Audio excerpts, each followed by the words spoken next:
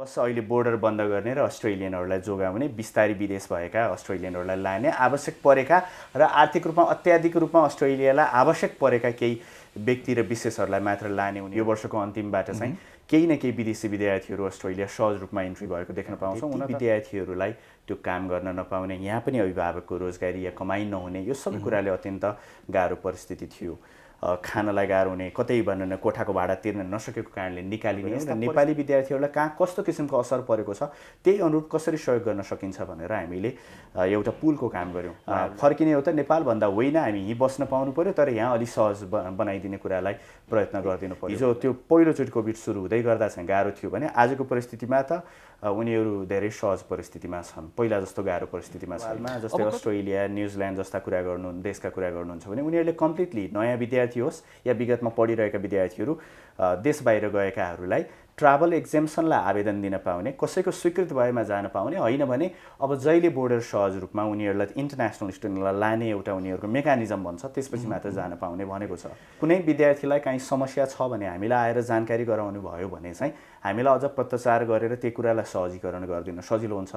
तर जेनरलाइज गरेर भन्नुपर्दा इक्यानमा आजको मितिमा कुनै पनि हामीलाई यस्तो किसिमको समस्या भयो भनेर चाहिँ आएका छैनन्। मुख्य कुरा हामी सामान्यतया भन्नुपर्दा नेपालबाट आर्थिक रूपमा सक्षम भएका विद्यार्थीहरू मात्र विकसित मुलुकहरू पढ्न जान्छ। अस्ट्रेलिया जस्ता देशमा कानुनी रूपमा केही पार्ट टाइम काम गर्न पाइन्छ, त्यसले गर्दा सेल्फ डिपेन्डेन्सी या इन्डिभिजुअल रूपमा चाहिँ उनीहरू आफ्नो खुट्टामा उभिन सक्ने क्षमता चाहिँ पढ्दै पनि एक हदसम्म विकास गर्ने हामी देख्छौँ।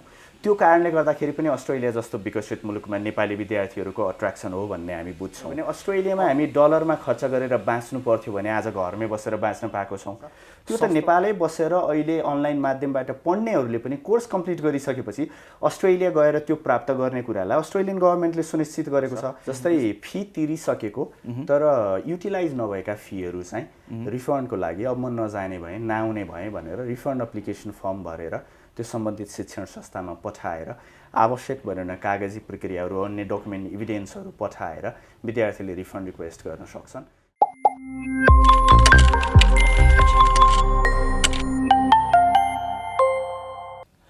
दर्शकवृन्द नमस्कार, इन्ट्रो नेपालमा यहाँहरूलाई स्वागत छ। म नारायण। दर्शकवृन्द, पछिल्लो समय अन्तर्राष्ट्रिय रूपमा फैलिएको यो कोभिड-19 को सङ्क्रमणले गर्दाखेरि हरेक क्षेत्र तहस नहस भएको सर्वविदितै छ।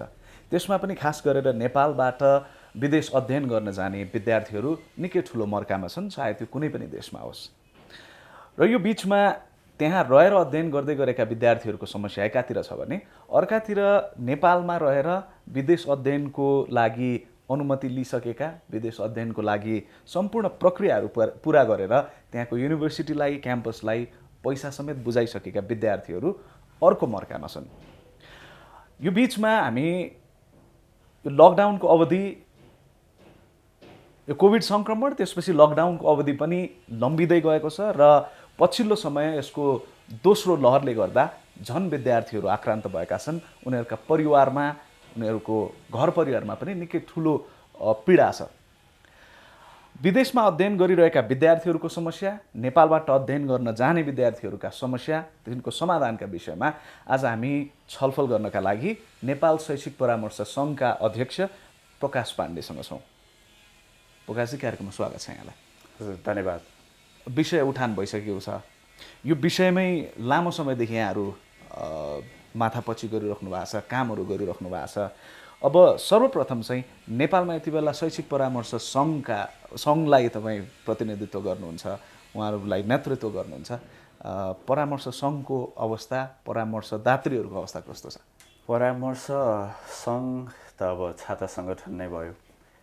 तात्विक रूपमा भन्नुपर्दाखेरि हामीले वास्तवमा यसमा धेरै सङ्घकै पोजिसनमा त त्यति धेरै डिफ्रेन्स भेट्दैनौँ।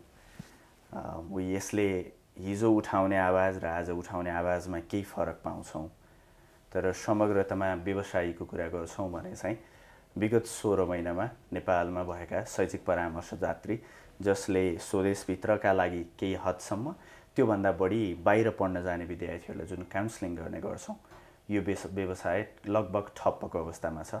केही सीमित देशलाई छोडेर, बेलायत, क्यानाडा, कहिलेकाहीँ जापान, यीलाई छोडेर हामीले हेर्ने हो भने भिजा प्राप्त गरेर जानु पर्ने अधिकांश देशहरूमा नेपाली विद्यार्थीहरू जान सकेको परिस्थिति छैन र यसले गर्दाखेरि विद्यार्थीहरू जान नपाउने एउटा समस्या छँदैछ। अन्य कतिपय प्रक्रियामा रहेका विद्यार्थीहरूको पनि प्रक्रिया पुरा गर्न सक्ने परिस्थिति रहेन। अनि नेपालमा भएका शैक्षिक परामर्शदात्रीहरू त झन् फिजिकली सर्भिस दिन नसक्ने, भर्चुअल सर्भिसले सबै कुराहरू पर्याप्त मात्रामा पुरा गर्न सक्ने परिस्थिति नहुने, अघिल्लोचोटि 7-8 महिनाको लकडाउन, योचोटि करिब 2 महिनाभन्दा बढीको लकडाउन, यो सबै परिस्थितिले चाहिँ 16 महिनामा अलमोस्ट जेरो अर्निङबाट यो व्यवसाय सर्भाइभ गर्नको लागि हामीलाई साँच्चै नै गाह्रो भएको छ। धेरै व्यवसायीहरू त अफिस बन्द गरेर अब विशुद्ध भोलि कुनै दिन फेरि यो व्यवसायमा फर्किन्छु भन्ने सोच राखिराख्नु भएको छ भने पनि आज चाहिँ कम्प्लिटली व्यवसाय बन्द गरेर घरमा बसिराख्नु भएको छ भने कतिपय चाहिँ आज हो कि भोलि हो कि यो पेसा छोड्नुपर्ने परिस्थितिमा हो कि भनेर त्यो पर्खाइमा गिटी एकदम मृत्युशय्यामा गिटी भएर बसिराखेको परिस्थिति छ।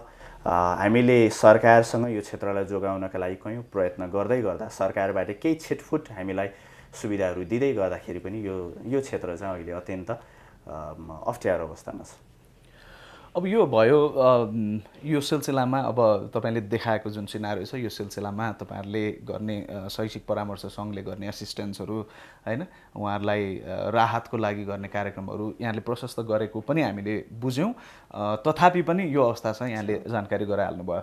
अब विद्यार्थीहरुको कुरा गरौँ न, जस्तो विदेशमा रहेका यहाँले पठाएका विद्यार्थीहरु जो उच्च शिक्षा अध्ययनको लागि डिग्री हासिल गर्नको लागि अन्तर्राष्ट्रिय डिग्री हासिल गर्नको लागि विदेशमा हुनुहुन्छ, ती विद्यार्थीहरु सँग यहाँहरुले पठाइसकेपछि र यो प्यान्डेमिकको बीचमा उहाँहरुसँग कस्तो सम्पर्क रह्यो र उहाँहरुलाई के कस्तो किसिमको असिस्टेन्सहरु नेपाल शैक्षिक परामर्श संघले प्रदान गर्यो? मुख्यतः यो जस्तै अब कोभिडको अहिले प्रोलङ पिरियडमै छौँ हामी। पहिलोचोटि जब अकस्मात कोभिडका कारणले विश्वभरि सटडाउन सुरु भए, लकडाउनहरू सुरु भए, त्यो वास्तवमै अत्यन्त अत्यास लाग्दो परिस्थिति थियो। न त्यो हामी शैक्षिक परामर्शदात्रीहरूको परिकल्पनाभित्रको विषय थियो, न विद्यार्थीहरूको। समग्रमा भन्नुपर्दा विश्वभरि मै हुँ भन्ने अत्यन्त शक्ति राष्ट्रहरू पनि वास्तवमा यो कोभिडसँग डराएको परिस्थिति थियो। विश्वभरि नै लकडाउन हुँदै गर्दा कयौं नेपाली विद्यार्थीहरू जसलेलाई नेपालबाट अभिभावकले शुल्क पठाउनु पर्ने हुन्छ, खर्च पठाउनु पर्ने हुन्छ, या विद्यार्थीहरू पार्ट टाइम काम गरेर कुनै न कुनै रूपमा आफ्ना केही खर्चहरू कभर गर्ने प्रयत्न गरिरहेका हुन्थे, ती विद्यार्थीहरूलाई त्यो काम गर्न नपाउने, यहाँ पनि अभिभावकको रोजगारी या कमाइ नहुने, यो सबै कुराले अत्यन्त गाह्रो परिस्थिति थियो। खानलाई गाह्रो हुने, कतै भन्न कोठाको भाडा तिर्न नसकेको कारणले निकालिने, यस्ता परिस्थितिहरू सृजना हुन सक्ने परिस्थिति थिए। तर कयौं देशमा त्यहाँको गभर्नमेन्ट आफै अगाडि आएर त्यहाँ भएका विदेशी विद्यार्थीहरूलाई सहज बनाउने प्रयत्नहरू गरे। क्यानाडा, अस्ट्रेलिया जस्ता देशहरूमा रेन्टल इभिक्सनहरू गर्न नपाउने लगायतका परिस्थितिहरू बने। कयौं शिक्षण संस्थाहरूले आफ्ना विद्यार्थीलाई फ्री फुड्सहरू अफर गर्ने काम गर्यो। सँगसँगै हामी नेपाल शैक्षिक परामर्श संघले पनि विश्वभरि भएका विद्यार्थी जसलाई कोभिडका कारणले असर परेका छन्, ती असरहरूको बारेमा हामीलाई जानकारी गराउनुहोस् भनेर हामीले अनलाइन फर्महरू नै डेभलप गऱ्यौँ। विद्यार्थीले हामीलाई जानकारी गराउनु भयो। त्यसै अनुरूप हामीले त्यो देशमा भएका नेपालीहरूकै सङ्घ संस्थाहरू, नेपाली कम्युनिटी अर्गनाइजेसनहरू, एनआरएन लगायत अन्य कम्युनिटी अर्गनाइजेसनहरूसँग सम्पर्क गऱ्यौँ। त्यहाँ भएका नेपाली दूतावासहरूसँग सम्पर्क गऱ्यौँ र नेपाली विद्यार्थीहरूलाई कहाँ कस्तो किसिमको असर परेको छ त्यही अनुरूप कसरी सहयोग गर्न सकिन्छ भनेर हामीले एउटा पुलको काम गऱ्यौँ। उहाँहरूलाई भएको गाह्रो अप्ठ्यारो पत्ता लगाउनेदेखि लिएर व्यक्तिगत तर्फबाट, संस्थागत तर्फबाट हामीले ती लोकल लेभलमा पनि केही फन्ड रेजिङहरू गरेर त्यहाँका लोकल अर्गनाइजेसनहरूलाई सपोर्ट गर्ने र त्यस मार्फत विद्यार्थीहरूलाई सपोर्ट गर्ने कामहरू गऱ्यौँ। केही विद्यार्थीहरूलाई नेपाल आउन सहज बनाउने प्रयत्नहरूका लागि विभिन्न देशमा भएका एम्बेसीहरूसँग प्रयत्न गऱ्यौँ। उनीहरू घर आउन चाहन्थे भने अन्य देशमा फर्किने हो त नेपालभन्दा होइन, हामी यहीँ बस्न पाउनु पर्यो, तर यहाँ अलि सहज बनाइदिने कुरालाई प्रयत्न गरिदिनु पर्यो भन्दै गर्दा त्यहाँ भएका दूतावास र त्यहाँका लोकल भनेर नेपाली कम्युनिटी अर्गनाइजेसनहरूसँग हामीले सहकार्य गऱ्यौँ, कुराकानी गऱ्यौँ, कसरी हुन्छ सहजीकरण गर्ने काम गऱ्यौँ। र त्यो चाहिँ त्यहाँ फर्स्ट फेजमा भयो भने, तर त्यस पछाडि कयौं देशले विदेशी विद्यार्थीहरूलाई पनि सहुलियत दिने, विभिन्न फन्ड्सहरू दिने, स्कलरसिपहरू बढाइदिने, अनलाइन पढ्नु पर्यो भने अझ रिड्युस्ड प्राइसमा पढाइदिने, यस्ता विभिन्न बाटोहरू अवलम्बन गर्ने कुरालाई हामीले शिक्षण संस्थाहरूलाई पनि पहल गऱ्यौँ। त्यसले त्यो एक हदसम्म सहज बनायो र अब बिस्तारै धेरै देशहरू लकडाउनभन्दा बाहिर आउँदै गर्दा मलाई लाग्छ हिजोभन्दा आजको परिस्थितिमा नेपाली विद्यार्थीहरू जो विदेशमा थिए ती पनि विकसित मुलुकमा थिए हिजो त्यो पहिलोचोटि कोभिड सुरु हुँदै गर्दा चाहिँ गाह्रो थियो भने आजको परिस्थितिमा त उनीहरू धेरै सहज परिस्थितिमा छन्, पहिला जस्तो गाह्रो परिस्थितिमा छैन। अब कतिपय विद्यार्थीहरू चाहिँ जस्तो पहिलो लहरमै कोभिडको पहिलो लहरमै कतिपय विद्यार्थीहरू फर्किएका छन्। त्यति बेला अब यो पेन्डेमिकको प्रोलङ होला भन्ने हिसाबले खास गरेर अब चाइना गएका विद्यार्थीहरू, चाइना मेडिकल स्टुडेन्टहरू, ती फर्केका विद्यार्थीहरू र अन्य देशबाट पनि फर्केका विद्यार्थीहरू जसको चाहिँ यो प्रोलङ्ड पिरियडमा त्यहाँ पढाइ अगाडि बढिसकेका छ र उनीहरू फर्किन पाएका छैनन्, त्यस्तो फर्किन नसकेका विद्यार्थीहरूलाई त्यस्तो केही प्रोभिजन छ जसले गर्दा उनीहरूलाई रेस्क्यु गर्छ पढाइ कन्टिन्यू गर्नको लागि, के बुझ्नु भएको छ? यस्तो छ, मुख्यतः के हो भने यो विषय कतिपय बेला केस टु केस बेसिस नै हुने गर्छ। हामीले जेनरलाइज गरेर हेर्न सक्ने परिस्थिति हुँदैन। देशै पिछेका आफ्ना नियम छन्। हामी हेर्छौँ जस्तै जापानलाई हेऱ्यौँ भने जापानले हिजो विगतमा COE दिएका होइन, त्यहाँ सर्टिफिकेट अफ इलिजिबिलिटी दिएकाहरूको भिजा आवेदन गरेर भिजा प्राप्त गरिसकेका या आवेदनै गर्न नपाएर त्यो COE चाहिँ स्वीकृत भएर बसेका विद्यार्थीहरूलाई पनि COE एक्सटेन्सन दिँदै विद्यार्थीहरू अझै पनि भोलि कहिले सहज हुन्छ तब जान सक्ने परिस्थिति निर्माण गरिदिने काम गरेको छ। बिचमा केही सहज हुँदै गर्दाखेरि केही विद्यार्थीहरू भिजा प्राप्त गरेर जान सक्ने, छिर्न पनि पाए, जापान जान पनि पाए। पहिला आएकाहरू फर्किनको लागि त जापानले एकदम सहज बाटोहरू दिइ पनि राखेको छ, कहिलेकाहीँ बन्द गरे तापनि पहिले आएकाहरू फर्किन पाउने बाटो बेला बेलामा दिइराखेको छ। अन्य देशहरूको सवालमा जस्तै अस्ट्रेलिया, न्युजिल्यान्ड जस्ता देशका कुरा गर्नुहुन्छ भने उनीहरूले कम्प्लिटली नयाँ विद्यार्थी होस् या विगतमा पढिरहेका विद्यार्थीहरू देश बाहिर गएकाहरूलाई ट्राभल एक्जेम्सनलाई आवेदन दिन पाउने, कसैको स्वीकृत भएमा जान पाउने, होइन भने अब जहिले बोर्डर सहज रूपमा उनीहरूलाई इन्टरनेसनल स्टुडेन्टलाई लाने एउटा उनीहरूको मेकानिजम भन्छ त्यसपछि मात्र जान पाउने भनेको छ। क्यानाडाले आज नयाँ विद्यार्थी नै भिजा प्राप्त गरेकाहरूलाई पनि क्वारेन्टिन मेजर्सहरू सहित लिएर जाने काम गरिराखेको छ। बेलायतले क्वारेन्टिन मेजर्सहरू सहित नै लिएर जाने काम गरिरहेको छ। केही देशहरूले चाहिँ यो कम्प्लिटली ओपन गरेको छैन र छुटेका समयको पढाइहरूलाई फेरि स्वाभाविक रूपमा पढ्न सक्ने वातावरण चाहिँ पर्टिकुलर इन्स्टिट्युसनले नै केटर गर्नुपर्ने भएको कारणले इन्स्टिट्युसन पछि कति विद्यार्थी छन्, कहाँ कहाँ गएर छुटे, तिनलाई कसरी अकोमोडेट गर्ने भनेर प्लान बनाउने भएको कारणले कुनै विद्यार्थीलाई काहीँ समस्या छ भने हामीलाई आएर जानकारी गराउनु भयो भने चाहिँ हामीलाई अझ पत्रचार गरेर त्यो कुरालाई सहजीकरण गरिदिन सजिलो हुन्छ। तर जेनरलाइज गरेर भन्नुपर्दा इक्यानमा आजको मितिमा कुनै पनि हामीलाई यस्तो किसिमको समस्या भयो भनेर चाहिँ आएका छैनन्। जस्तै बरु जापान जान चाहने विद्यार्थीहरू जान पाएनौँ, भिजा अप्लाई गर्न पाएनौँ, हाम्रो पैसा फसे, हामीलाई जान पाउने बाटो सहजीकरण गरिदिनु पर्यो भनेर उहाँहरूले हामीलाई कुरा गर्नुभएको छ। हामीले नेपालमा भएका विदेशी कूटनीतिक नियोगलाई हामीले सम्पर्क गरेका छौँ। नेपालको परराष्ट्र मन्त्रालय, शिक्षा मन्त्रालय मार्फत हाम्रा विद्यार्थीहरूको विदेशमा पैसा रकम गइसकेको छन्, तिनलाई जान पाउने बाटो सहजीकरणको निम्ति सरकारको तर्फबाट पहल कदमी हुनु पर्यो भनेर हामीले कुरा गरेका छौँ। सम्बन्धित देशका यहाँको कूटनीतिक नियोग मात्र होइन कि विदेश अवस्थित नेपाली राजदूतावास र विदेश अवस्थित यो विषय हेर्ने त्यहाँको सम्बन्धित मन्त्रालयहरूमा इक्यानको तर्फबाट पत्रचार गरेर यो परिस्थिति यसले समग्रमा त्यो देशको शिक्षालाई अन्तर्राष्ट्रिय रूपमा कसरी हेरिएको छ, त्यो एउटा country as an education destination रूपमा त्यसको इमेज चाहिँ यो अहिले विद्यार्थी नलिएर जाने कुराले गर्दा कसरी हार्म भइराखेको छ त्यो इमेजलाई भन्ने कुराहरू बुझाउने र हाम्रा विद्यार्थीहरूको लागि त्यो ढोका खोल्ने कुराको लागि हामीले अहिले प्रयत्न गरिराखेका छौँ। हामीले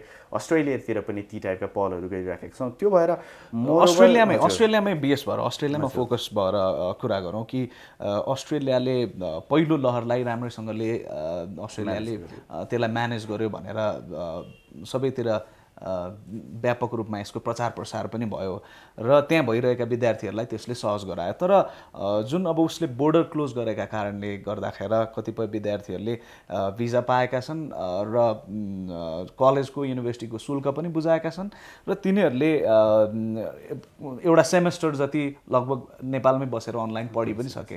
अब यो कन्टेक्स्टमा चाहिँ एउटा विद्यार्थीहरूको इन्ट्रेस्ट अब त्यहाँ गएर पढिसकेपछि आय आर्जनको पनि इन्ट्रेस्ट हो होइन, त्यो भएको हिसाबले चाहिँ अब अनलाइन यहाँ बसेर पढिराख्ने र जाने यो अनिश्चितता भइराख्ने, यो अन्योलता कायम रहिराख्ने गर्दाखेरि चाहिँ उहाँहरूलाई जुन अस्ट्रेलियाको एजुकेसनबाट जे अपेक्षित लाभ हो त्यो नपाइरहेको र त्यसले गर्दाखेरि चाहिँ आर्थिक चाप पनि यहाँ बढिरहेको कन्टेक्स्टमा उहाँहरूको समस्यालाई चाहिँ कसरी हेर्नुहुन्छ र त्यसको के हुन्छ समाधान? अब मुख्यतः के हो भने हामीले यो सबैलाई कसरी ओभरअल भने यसलाई कसरी पर्सिभ गर्ने भन्ने विषय नै महत्त्वपूर्ण हो। मुख्य कुरा हामी सामान्यतया भन्नुपर्दा नेपालबाट आर्थिक रूपमा सक्षम भएका विद्यार्थीहरू मात्र विकसित मुलुकहरू पढ्न जान्छन् भनेरै बुझ्छौँ।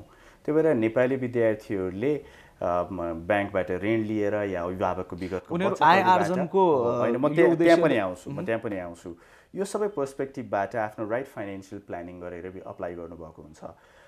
यसो हुँदै गर्दाखेरि पनि अस्ट्रेलिया जस्ता देशमा कानुनी रूपमा केही पार्ट टाइम काम गर्न पाइन्छ। त्यसले गर्दा सेल्फ डिपेन्डेन्सी या इन्डिभिजुअल रूपमा चाहिँ उनीहरू आफ्नो खुट्टामा उभिन सक्ने क्षमता चाहिँ पढ्दै पनि एक हदसम्म विकास गर्ने हामी देख्छौँ।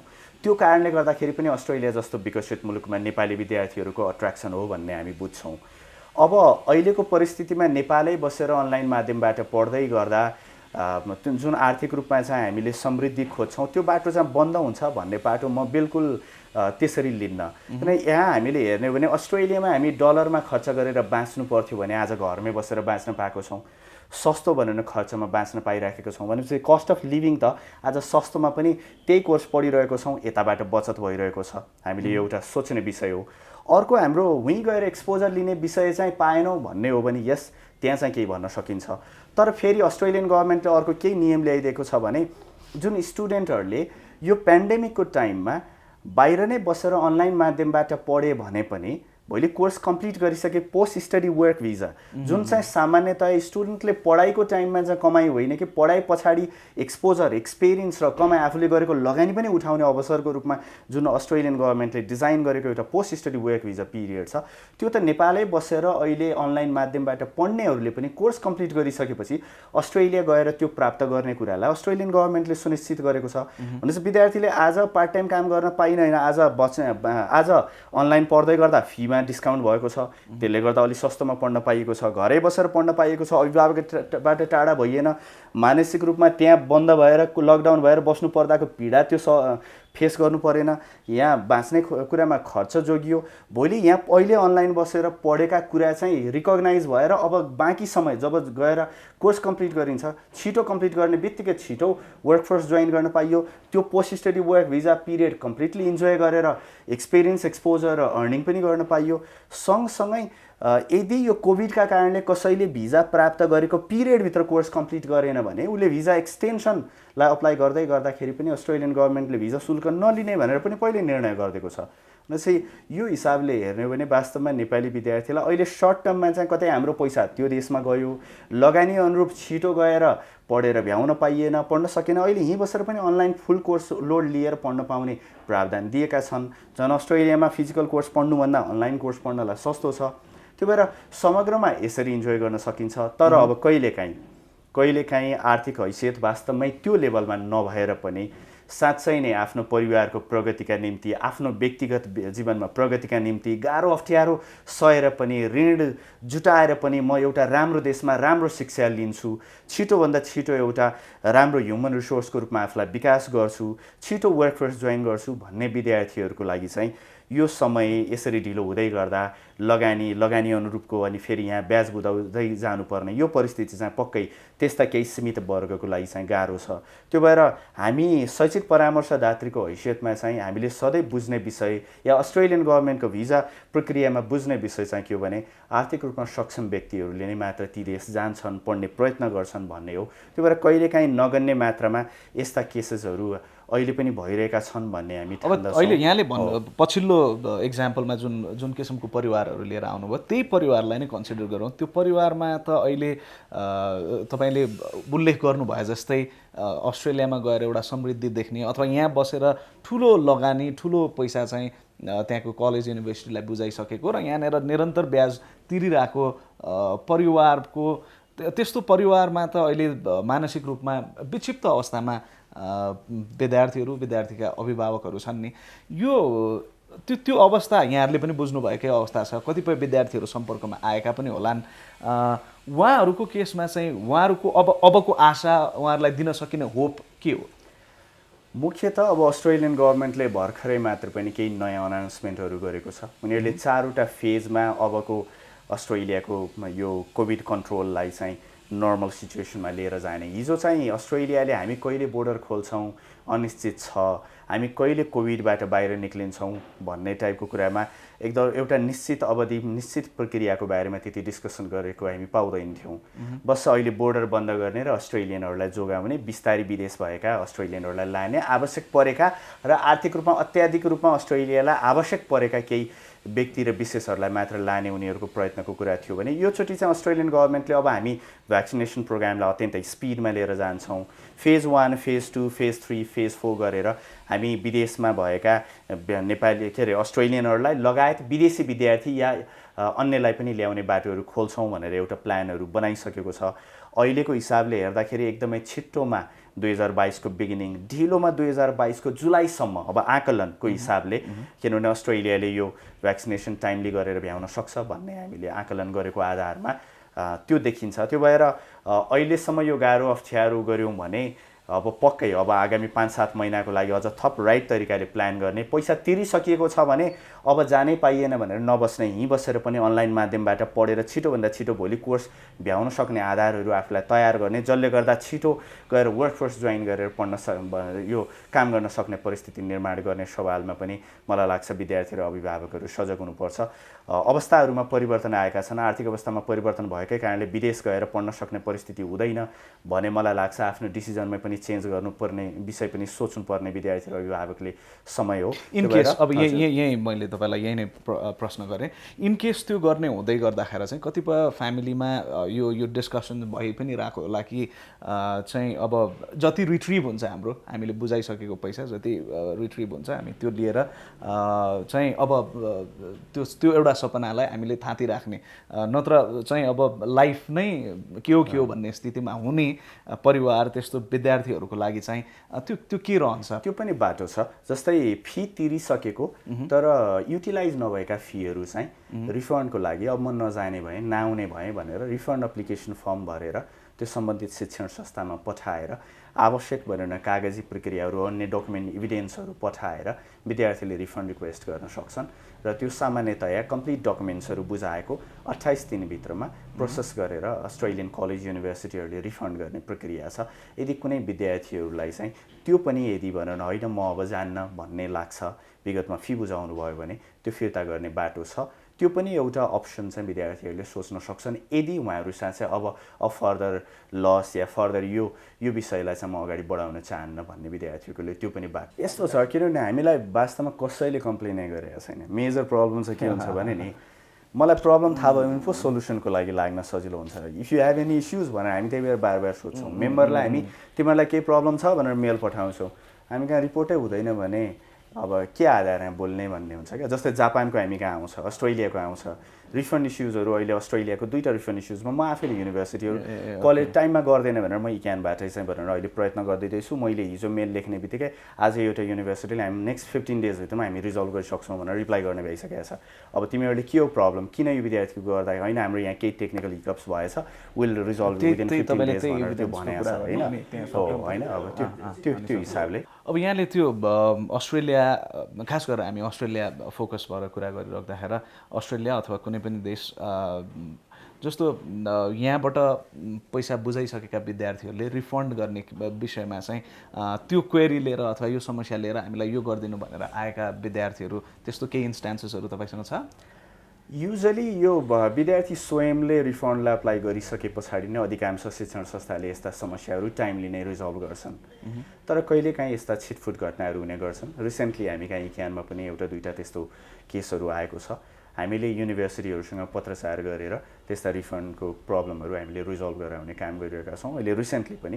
तर सामान्यतया यस्ता घटनाहरू भनेको अत्यन्त नगण्य हुने गरेको पाइन्छ।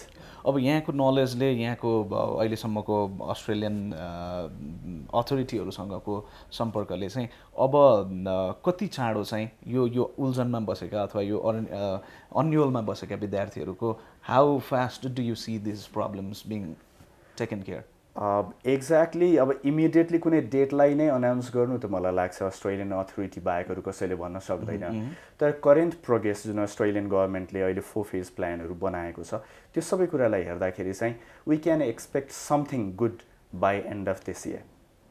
यो वर्षको अन्तिमबाट चाहिँ केही न केही विदेशी विद्यार्थीहरू अस्ट्रेलिया सहज रूपमा इन्ट्री भएको देख्न पाउँछौँ। हुन त यही जुलाईबाट नै एडिलेड साउथ अस्ट्रेलिया र न्यू साउथ वेल्स गभर्मेन्टले चाहिँ केही इन्टरनेसनल स्टुडेन्टहरूलाई एभ्री फोर्टनाइट बेसिसमा लिएर जाने भनेर नम्बर क्यापिङ नै गरिसकेका छन् भनेपछि त्यसको पाटो सुरु हुँदैछ भनेपछि बाई एन्ड अफ इयर अलिक फ्रिली भ्याक्सिनेटेड या केही क्लजेसहरूसहित विद्यार्थीहरू जान पाउने बाटोहरू सुरु हुन्छ।